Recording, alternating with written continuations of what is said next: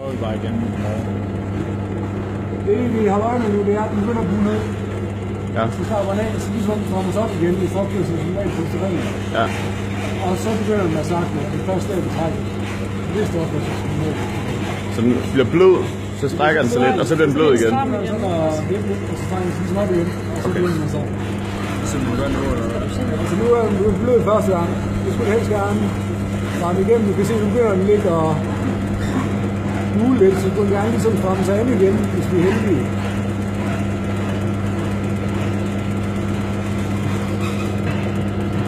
Og så kører vi. Begynder ikke at strække lidt igen nu? Ja, nu er den strukket igen, ja. Nu er den der deroppe igen. Og nu begynder den at blive rigtig blød. Så vil vi give næste meget fint masse tusind, ja. Så ser vi, om vi kan. Boligstøring, det udvikler ikke giftige damme. Jo, det gør det. Det er sud på. Ja, okay.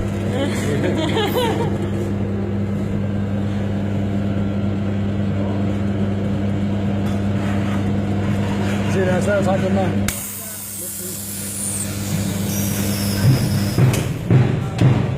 Er det fordi, det var den, der ikke var nogen huller i, var det ikke det? Jo.